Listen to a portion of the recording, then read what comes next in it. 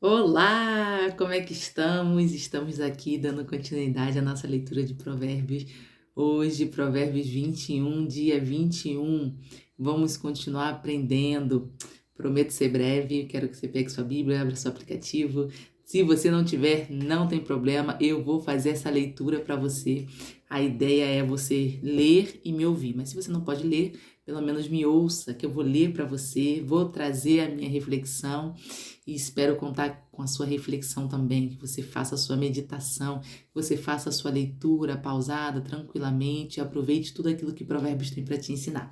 Vamos lá, Provérbios 21, a partir do verso 1, que vai dizer assim: O coração do rei é como canais de águas controladas pelo Senhor. Ele os conduz para onde quer. Ainda que as pessoas se considerem corretas, o Senhor examina o coração de cada um. O Senhor se agrada mais ao fazermos o que é certo e justo do que ao lhe oferecermos sacrifícios. Olhos arrogantes, coração orgulhoso e atos perversos, tudo isso é pecado. Quem planeja bem e trabalha com dedicação prospera. Quem se apressa a tomar atalhos fica pobre. A riqueza obtida por meio de mentiras é neblina que se dissipa e armadilha mortal. A violência dos perversos os destruirá, pois se recusam a fazer o que é justo. O culpado anda por um caminho tortuoso. O inocente percorre uma estrada reta. É melhor viver sozinho no canto de um sótão que morar com uma mulher briguenta numa bela casa. O perverso deseja o mal e não tem compaixão do próximo. Quando o zombador é castigado, o ingênuo se torna sábio. Quando o sábio é instruído, adquire ainda mais conhecimento.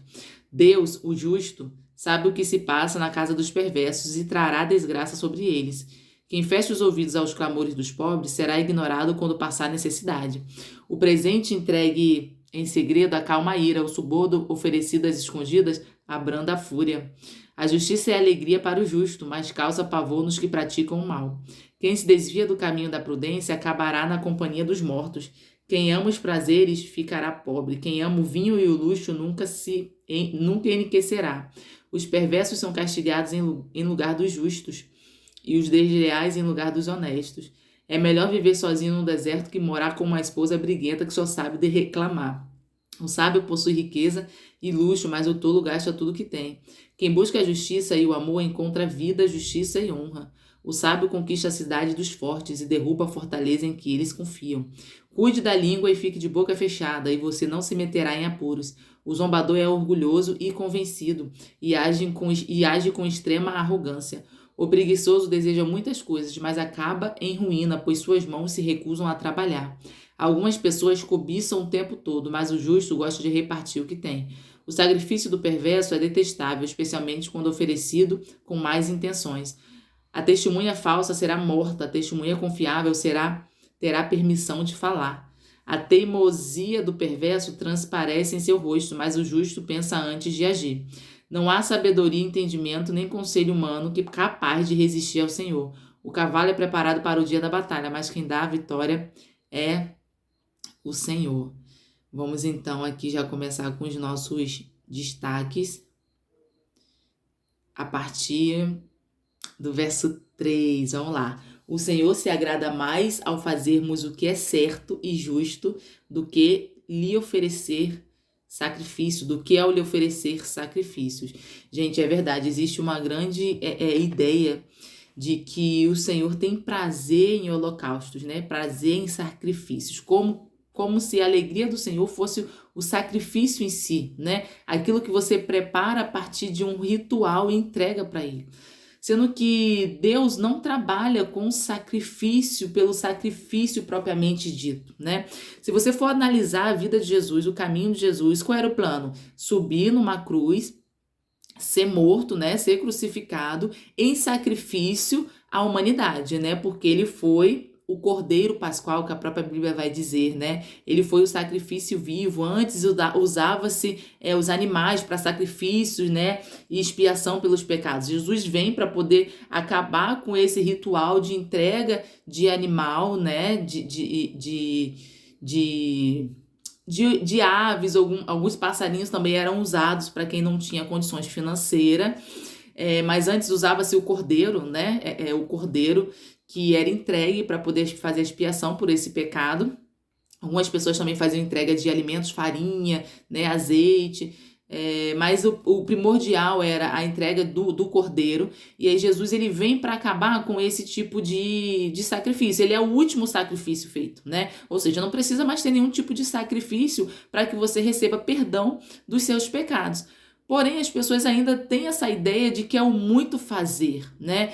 Eu trago tanto para sacrifícios mesmo, rituais, né? Como comportamentos isolados, de procedimentos isolados e repetitivos, como se esses sacrifícios fossem o ápice, né? Fosse o ponto-chave para perdão, para arrependimento, para compaixão, e não é. E a palavra de Deus mesmo vai falar assim, ó: eu quero misericórdia em lugar de sacrifícios, né? Eu quero compaixão, eu quero obediência no lugar de holocaustos, eu quero compaixão no lugar de sacrifícios. A palavra de Deus vai falar sobre isso. Por quê?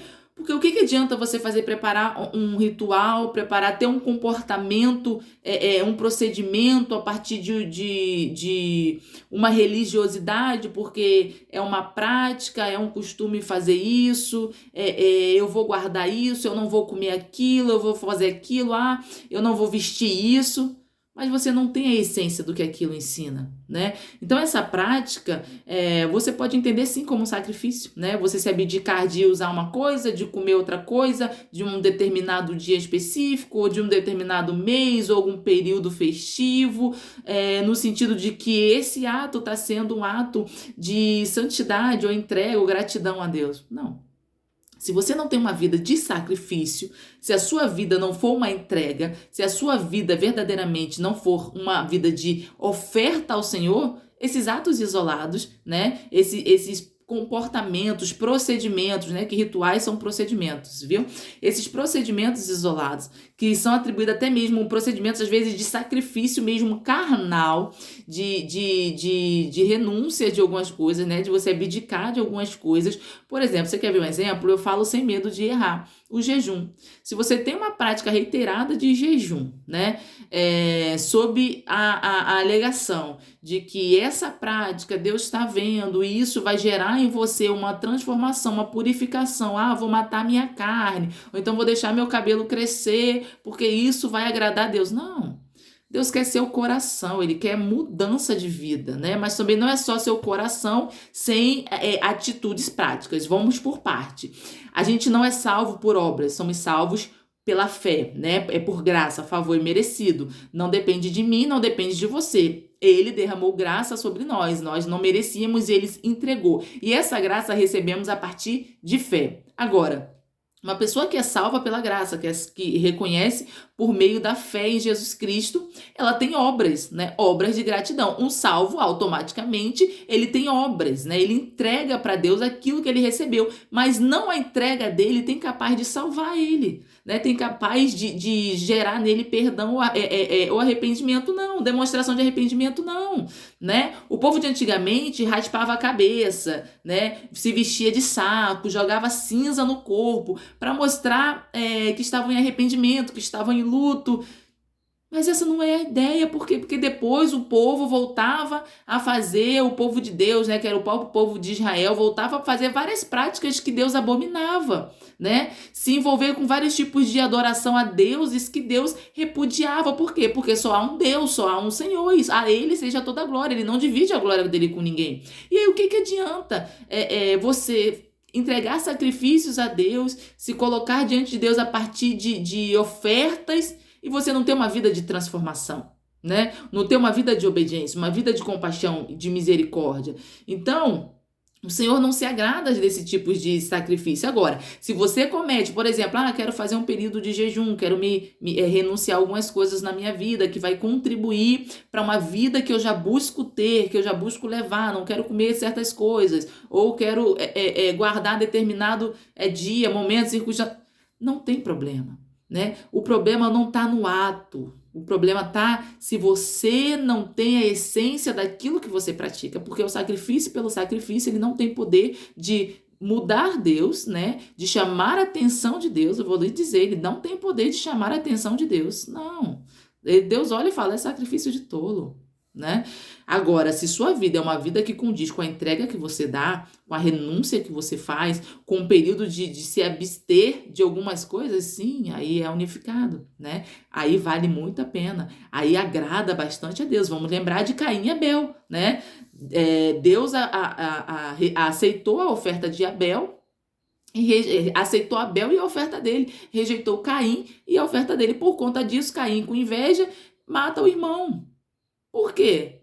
Porque, na verdade, a oferta de Caim já estava maculada. Porque Caim já estava sendo rejeitado por Deus, porque ele já estava com caráter corrompido, né? Ele já estava maculado. Então, tudo que ele entregava, tudo que ele viesse colocar diante de Deus, ainda que ele tirasse lá do melhor dos vegetais, o mais gostoso, o que nasceu primeiro, não importa, estava maculada. Por quê? Porque ele estava contaminado, né? E Deus ainda fala: olha, Caim, o pecado jaz à porta, mas cumpre você a controlá-lo, porque Deus já sabia que estava no coração dele, ele já tinha se revoltado pelo fato de que Deus não tinha aceitado a oferta dele, mas tinha aceitado a oferta de Abel, o irmão. Sendo que o texto diz que Deus aceita Abel e a sua oferta, e rejeita Caim e a oferta dele. Então a sua oferta precisa estar ligada com a sua vida. Se o seu sacrifício, né, se a sua consagração, se a sua entrega não estiver ligada com a sua vida, é um sacrifício de tolo.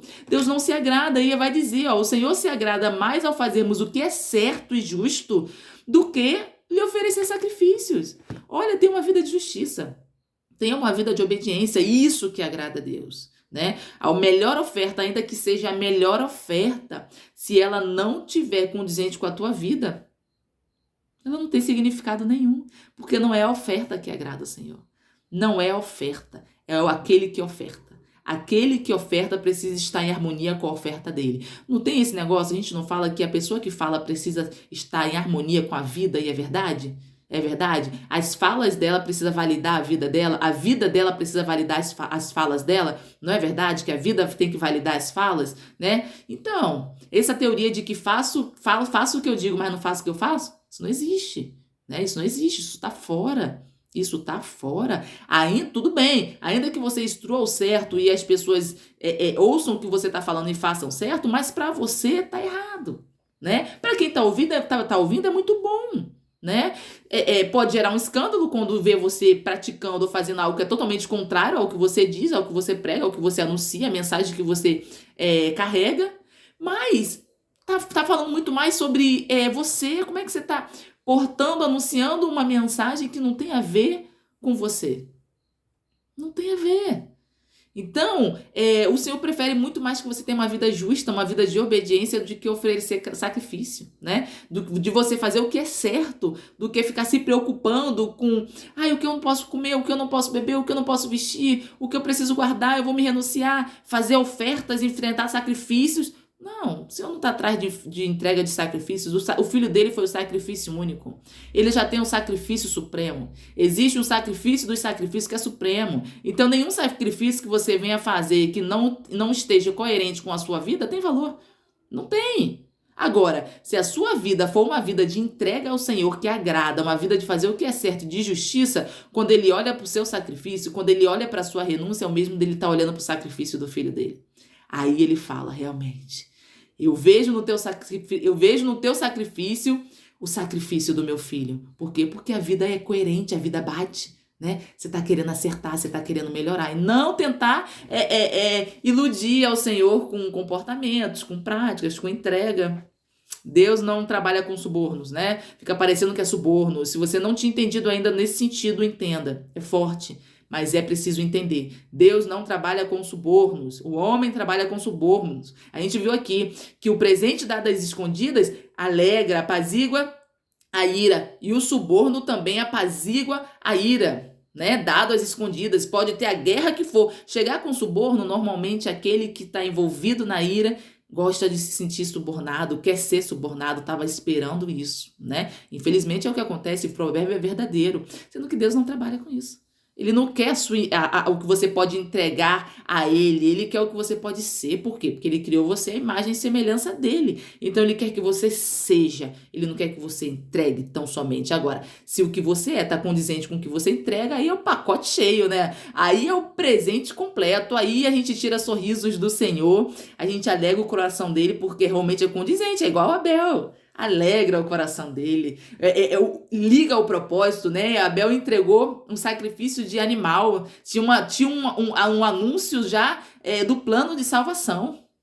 O primogênito, o cordeiro perfeito, ele entrega. E Deus se agrada. Por quê? Porque anunciava um plano de salvação. Mas se você for olhar muito além, a entrega de Abel era condizente com a vida dele, porque Deus primeiro aceita Abel, recebe Abel e depois a oferta dele. E aí, quando Deus recebe a nossa vida e a nossa oferta, é como se ele falasse assim: caramba, é o meu propósito. Ela alinhou os propósitos, ela apontou para meu filho, ela alinhou o plano, faz parte do plano de salvação. Isso faz parte do meu plano de salvação. Você realmente possa refletir nisso. Pare com isso. Deus não quer seus sacrifícios, Deus não quer que você fique sofrendo, se sacrificando, acabando com sua carne, se sua alma não está ligada com Ele, muito menos o seu espírito. É preciso ter uma vida de renúncia, de sacrifício, de consagração, né?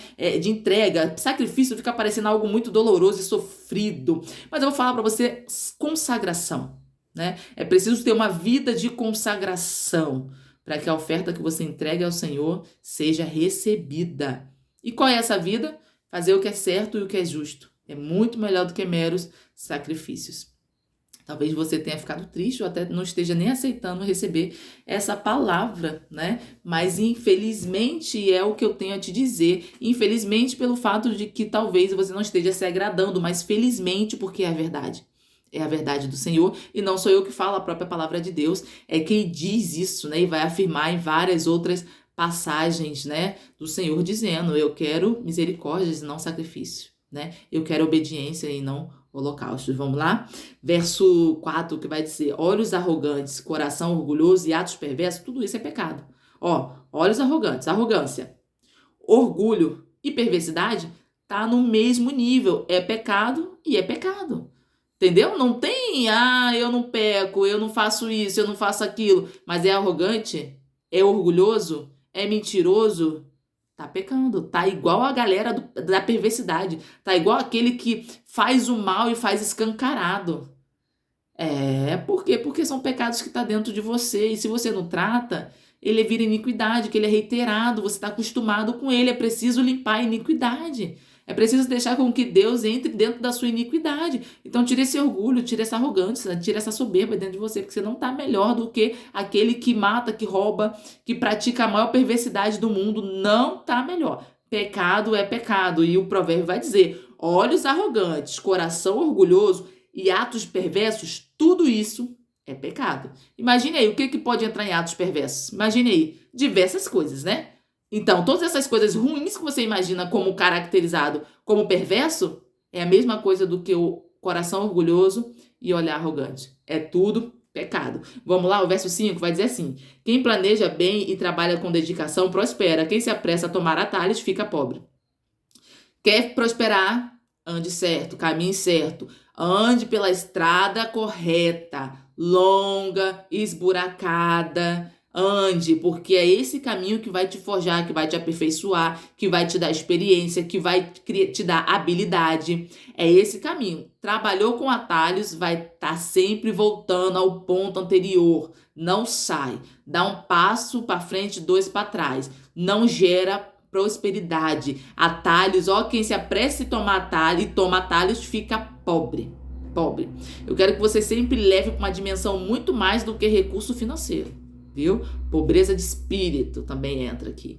Leve muito mais do que bens materiais, do que riqueza material. Lembre, quando falarmos de riqueza, pense no financeiro, pense no material, mas pense em bonância, né? Em prosperidade, que é diferente de ser rico, né? De ser próspero, de ser abençoado.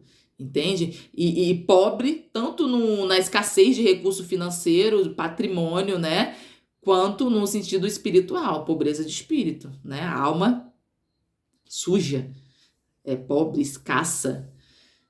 Exatamente isso. Atalhos nunca é bom, né? Nunca é bom atalho.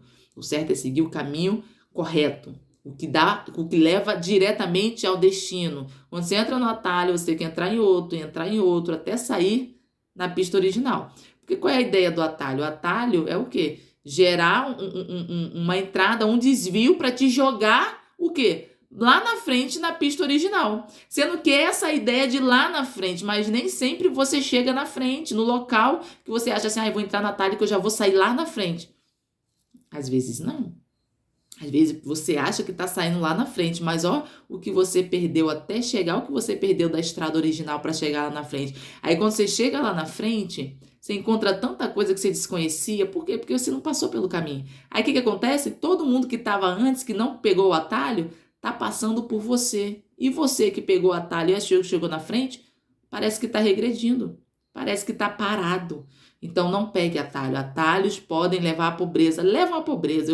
Eu não vou nem tentar apaziguar. Atalhos levam à pobreza, viu? Entre na dimensão aí nesse sentido, viu? Amplie seu entendimento. O provérbio é para a gente ampliar o entendimento. Não limitar, não ficar tão somente na literalidade, né? Naquilo que está de modo taxativo escrito. Então, assim, leve como modo exemplificativo, amplie os horizontes, amplie o seu conhecimento dentro daquilo que a gente está abordando. Vamos lá? Verso 17. Quem ama os prazeres ficará pobre. Quem ama o vinho e o luxo nunca enriquecerá. Eu vou ler junto com o verso 20, que vai dizer: o sábio possui riqueza e luxo, mas o tolo gasta tudo que tem. Olha, quem ama prazeres ficará pobre. E é verdade. A pessoa que vive de prazeres, de realizações, que ela não consegue juntar, ela não consegue guardar, ela não consegue amadurecer, ela quer só vinho e luxo, considere vinho e luxo com tudo aquilo que te gera prazer imediato, né? Coloque vinho e luxo com tudo que te gera prazer imediato, né? Que não te dá uma durabilidade, que não te dá uma estabilidade, mas te gera aquela satisfação, aquele prazer momentâneo. A pessoa que só pensa nisso, ela não vai enriquecer. Agora, é engraçado que ele fala assim, o sábio possui riqueza e luxo. Riqueza e luxo, o sábio possui luxo. Sabe por quê? Porque o sábio sabe o que ele tem. Por que ele sabe o que ele tem? Porque a ideia é o quê? Ele conhece o que ele tem, ele conquistou riqueza, ele gosta de luxo, mas ele administra. E ele sabe que tudo que ele tem não vem dele. É a partir de um esforço, é a partir de sabedoria, é a partir de buscar no Senhor, né, no dono do ouro e da prata, força. Ele valoriza o caminho dele, ele valoriza a jornada dele, né? Ele valoriza tudo que ele tem, ainda que pouco, ainda que muito, ele valoriza. Então ele tem riqueza e luxo, mas ele não ficará pobre. Por quê? Porque quem fica pobre é quem trata isso, a riqueza e o luxo, para realizar prazeres. Prazeres.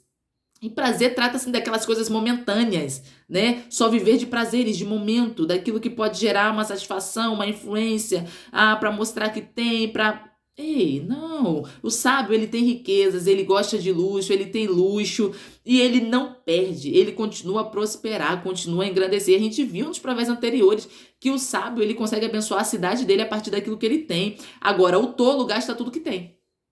Né? Agora, olha a diferença. O sábio possui riqueza e luxo, mas o tolo gasta tudo que tem.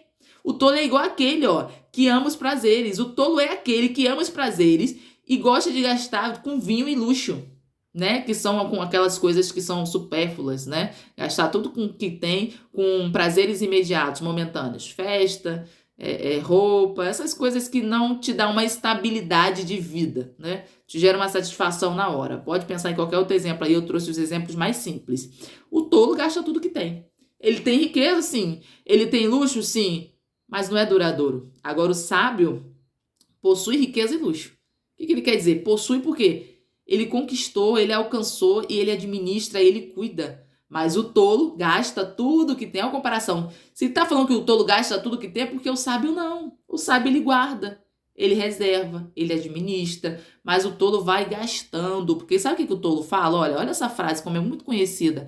Eu não sei se eu vou estar viva amanhã, né? Amanhã Deus se pertence, vamos viver o hoje, carpe diem, né? Isso é tolice, viu? É tolice. Você também viver como se não houvesse amanhã, no sentido de que você tem que levar uma vida leviana, sem planejamento, sem achar que existe a prestação de conta a um criador, porque nada dessa terra é seu, você é só mordomo. Você acha que realmente você não vai prestar conta da sua vida, de tudo que está aqui, de tudo que você fez aqui? Não, é tolice, viu? Você pensar que não existe um amanhã no sentido de que não botar fé no futuro porque o futuro é incerto e fazer o que é certo hoje, buscar estar certo hoje porque a vida é um sopro e a palavra de Deus vai dizer em Salmo, a vida é um sopro, é um suspiro, passa muito rápido, né? É um fôlego, é um sopro. Mas o tolo, ele gasta tudo que tem, porque ele não pensa. Ele só pensa no agora. Ele quer o prazer do agora, ele quer investir agora, ele não quer saber de nada. Ele não faz nada a longo prazo, nada. E não é uma qualidade. Não fique trazendo como uma qualidade. Ah, é porque a gente vai morrer amanhã, não sabe o que vai fazer. Mas não é certo você pensar assim. Não é certo. Né? Não é certo. Certo é você administrar a sua vida. Né? Você não pensar e se basear num futuro que é incerto, é no sentido de que você precisa, o que é certo precisa ser feito hoje, precisa buscar hoje, precisa melhorar hoje, precisa aprender hoje, se arrepender hoje, pedir perdão hoje. É isso, você está bem com Deus hoje. Porque você não sabe se você vai estar aqui amanhã. Agora, gastar, e acorda no outro dia não tem nada. E o que ganha, gasta, o que ganha, gasta. Não, não faça isso com você. Não faça isso com o que Deus te entrega. Né? Se o Senhor confia algo para você, não enterre, não enterre. Multiplique, multiplique. Tem a parábola dos talentos. Um recebeu 2, multiplicou, recebeu 5, multiplicou. E o outro que recebeu uma só enterrou porque tinha medo, não sabia o que fazer. Às vezes a gente está enterrando, gastando com prazeres, tratando de modo inadequado, não dando prioridade nem valor. Não enterre aquilo que Deus te deu, porque quando ele voltar, quando o Senhor voltar, vai prestar conta dos servos. O que você fez com aquilo que eu te entreguei? Vai sim, o Senhor vai prestar conta, isso é certo. Vamos lá? Verso 19. Verso 19. É melhor viver sozinho no deserto que morar com uma esposa briguenta que só sabe reclamar. Eu quero ler o 19 junto com o... Ai, ai, ai, ai, ai. Gente, passou aqui, deixa eu ver. Não, é porque é o 19 com o verso 9, né? O verso 9 com o verso 19. Deixa eu ler o 9. O 9 vai falar assim: é melhor viver sozinho no canto de um sótão que morar com uma esposa briguenta numa bela casa. E aí o 19 vai complementar: é melhor viver sozinho no deserto que morar com uma esposa briguenta que só sabe reclamar. Gente, isso é terrível, né? São vários trechos que a gente vem falando da mulher briguenta, da mulher rixosa, que é como se fosse goteira, né? É melhor comer um punhado de pão seco do que estar comendo um banquete, numa casa que tem briga, né? Com uma mulher que só reclama. Morar no deserto, viver no solto do que estar perto de uma mulher que reclama. Não é machismo. A gente sabe que existe muito isso. E é para o nosso cuidado, né? E é para a nossa melhora em casa, como mãe, como esposa, como amiga, como filha. Temos o poder da palavra, gente. A mulher, ela tem o poder da palavra muito grande, ela fala muito mais do que o homem, né? E esse poder que a gente já falou sobre isso, o mesmo poder que a gente tem, que o ser humano em si tem, né? Mas eu vou enfatizar a mulherada, porque nós gostamos muito mais de falar. Esse poder, o poder que a gente tem de edificar a casa, como a gente já viu que a mulher sabe edificar a casa, de edificar a casa, que Deus nos dá esse mesmo poder, se quando não é usado de modo adequado, ele é destrutivo. Ele pode ser construtivo quando ele é usado de modo certo e destrutivo quando usado de modo inadequado. Então vamos se atentar a isso, né? O ensinamento vem para trazer alerta, para despertar. Olha, você está assim, então melhore, melhore. Não estou falando que você tem que ser subjugada. Não, não estou falando isso. Cada um sabe o relacionamento que tem, o marido que tem, e conhece as vulnerabilidades, o problema de cada um. Agora sim, faça a sua parte. Seja a mulher que edifica, seja edificadora, né? Não seja que reclama, não seja briguenta. Que seu marido tenha prazer de voltar para casa, que seu filho tenha prazer de estar em casa. O marido pensar em ficar triste. Quando pensa em voltar para casa, o filho não querer estar em casa, porque não aguenta ouvir a mãe, não aguenta ouvir os pais brigarem, o marido não aguenta ouvir a voz da mulher. Gente, isso é muito triste, é muito triste. Por quê? Porque às vezes você está sofrendo nesse sentido, mas você não parou para se ouvir. Se ouça, pelo amor de Deus, se ouça, né? Às vezes você fica achando que ele é culpado de tudo, mas você já parou para se ouvir, né? Você consegue se ouvir? Às vezes a gente precisa se ouvir. É para o nosso aprendizado. Não estou falando para você se renunciar, se anular. Mas assim, cada um paga seu boleto, né? Deixa o boleto dele com ele e paga o seu. Qual é a sua responsabilidade? Qual é o seu papel? Faça a sua, né? faça a sua. Não é para você carregar a cruz dele, não, carregue a sua. Né? Seja melhor com você, seja melhor para você. Quando a gente melhora para nós mesmos, a gente melhora para o outro, né? Vamos lá. 21, verso 21. Quem busca a justiça e o amor encontra a vida, justiça e honra, né? Aqui é uma recompensa, ó. Quem busca justiça e amor encontra vida, justiça e honra. Você encontra a justiça que você buscou, você encontra a vida, né? Se você busca justiça e amor, você encontra vida, olha aí, vida. Então, vida vai muito mais além de estar só respirando, né? De estar só ouvindo, podendo ver, vai muito mais além. E você encontra honra, porque o Senhor faz questão de honrar, de recompensar aqueles que têm uma vida coerente, uma vida justa, uma vida digna, uma vida de amor, de compaixão, de misericórdia. O Senhor recompensa, gente. A gente é recompensado pelas nossas obras. E também tem a lei da semeadura, aquilo que é automático, aquilo que é lógico na vida do ser humano. Você plantou, você colhe. A gente está falando isso direto. Estamos falando sempre sobre isso. Vamos lá? Verso 26 vai dizer assim, ó. Algumas pessoas cobiçam o tempo todo, mas o justo gosta de repartir o que tem. Eu achei interessante esse verso, porque ele vai dizer assim, algumas pessoas cobiçam o tempo todo, ou seja, aquele que cobiça, ele não valoriza o que tem. Ele nem olha para o que tem, ele só fica analisando aquilo que ele não tem e cobiçando os outros, e cobiçando o que a pessoa tem, cobiçando. E aí, ele vai dizer assim, ó, mas o justo gosta de repartir o que tem. Qual é a diferença? O que me destaca aqui? Sabe por quê? Olha, o justo gosta de repartir o que tem. Para você repartir o que você tem, você precisa saber o que você tem. Você precisa valorizar o que você tem. Você precisa olhar para o que você tem e falar assim, olha, isso que eu tenho, eu te entrego. Eu vou repartir isso que eu tenho com você. Agora, o cobiçoso, aqui, ó, algumas pessoas cobiçam o tempo todo. Por que ela fica só de olho naquilo que a pessoa tem? Porque ela não olha para o que ela tem, ela não valoriza o que ela tem. Ela quer sempre ter o que a pessoa tem. Ela sempre está de olho no que alguém tem. E ela nunca olha e fala assim, o que eu tenho? Ela sempre acha que não tem nada, o que ela tem não é suficiente, não é o melhor, é o pior. Ela não valoriza, né? Ela não é grata pelo que ela tem. Normalmente o cobiçoso, ele não é grato pelo que tem. Normalmente, eu acho que o cobiçoso, ele não é grato pelo que tem. Né? Ele gosta de estar sempre cobiçando, querendo que as pessoas têm, querendo o seu destaque que a pessoa tem, né? Que a pessoa dá. Ele sempre está cobiçando alguma coisa porque ele não sabe o que ele tem. Ele não é grato pelo que ele tem. Agora, o sábio o justo gosta de repartir o que tem. Para você repartir alguma coisa com alguém, você tem que saber o que você tem. Ninguém reparte o que não tem. Então, para você repartir, você precisa saber o que tem. E o justo é que faz isso. Passe a olhar aquilo que você tem. Isso é ato de justiça. Justo é aquele que pratica justiça. Isso é ato de justiça diante de Deus. Você repartir o que você tem. Mas para que você venha repartir o que você tem, você precisa saber o que você tem. Isso é justo diante de Deus. Ser justo, ser grato diante de Deus. Atos de justiça. Eu sou grato pelo que eu tenho. Eu sou grato pelo que eu tenho, então eu vou repartir o que eu tenho. Eu vou ser justa, vou repartir com aquele que não tem. E o justo, ele reparte até com o cobiçoso.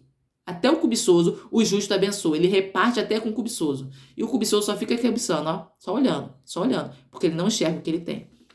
Viu? Se você tem esse problema, a cobiça, ela tá muito relacionada à ingratidão. A falta de contentamento. Se você não sabe o que você tem, passe a olhar o que você tem, porque você tem. Porque Deus entregou algo a você, você só não está dando valor.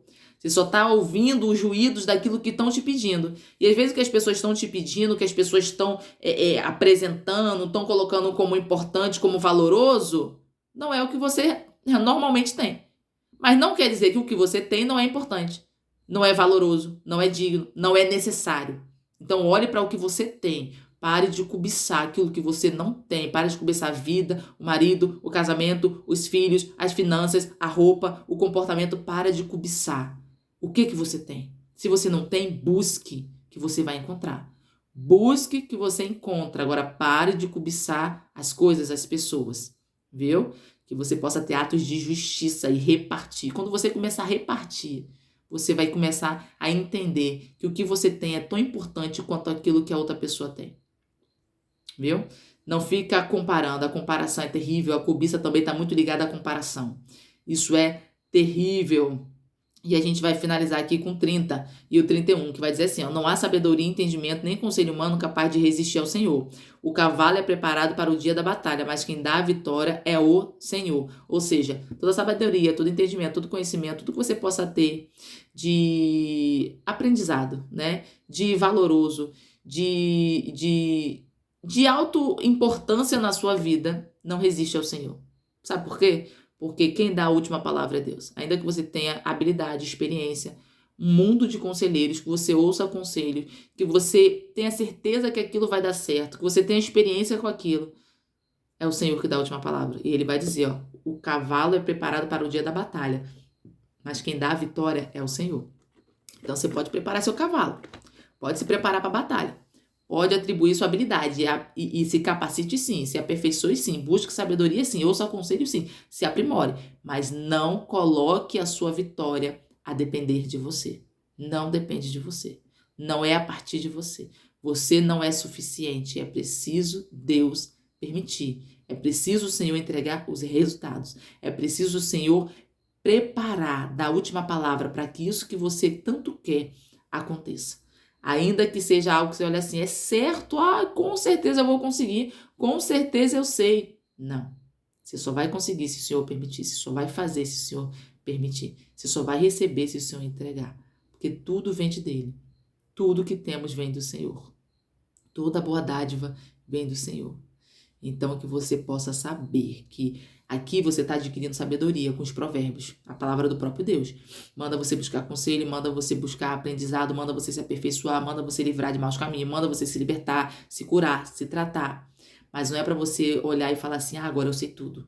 Agora eu aprendi tudo. Agora eu tenho experiência, eu passei pelas piores experiências, eu sei e agora eu consigo sozinho. Não. Ainda assim, você precisa depender de Deus. Lembra que a gente falou no vídeo anterior? Você não sabe tudo. E não há por que você procurar ficar buscando entendimento em tudo durante o seu caminho. Porque nem tudo é para você saber. Por quê? Porque precisa existir essa relação de dependência entre você e Deus. Isso é o saudável. Isso é o necessário. Dependência a Deus.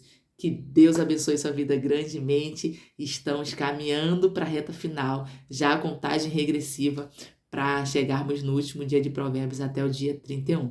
Deus te abençoe grandemente. Curte, comente, compartilha, leve essa mensagem para mais pessoas, para que elas possam também ser alcançadas, que elas possam ser curadas, que elas possam ser renovadas, que elas possam avançar. A ideia aqui é avançar. Eu estou procurando avançar. E como eu descobri um tesouro, e eu não sou pirata, eu não vou esconder. Eu compartilho ele com você. Até mais.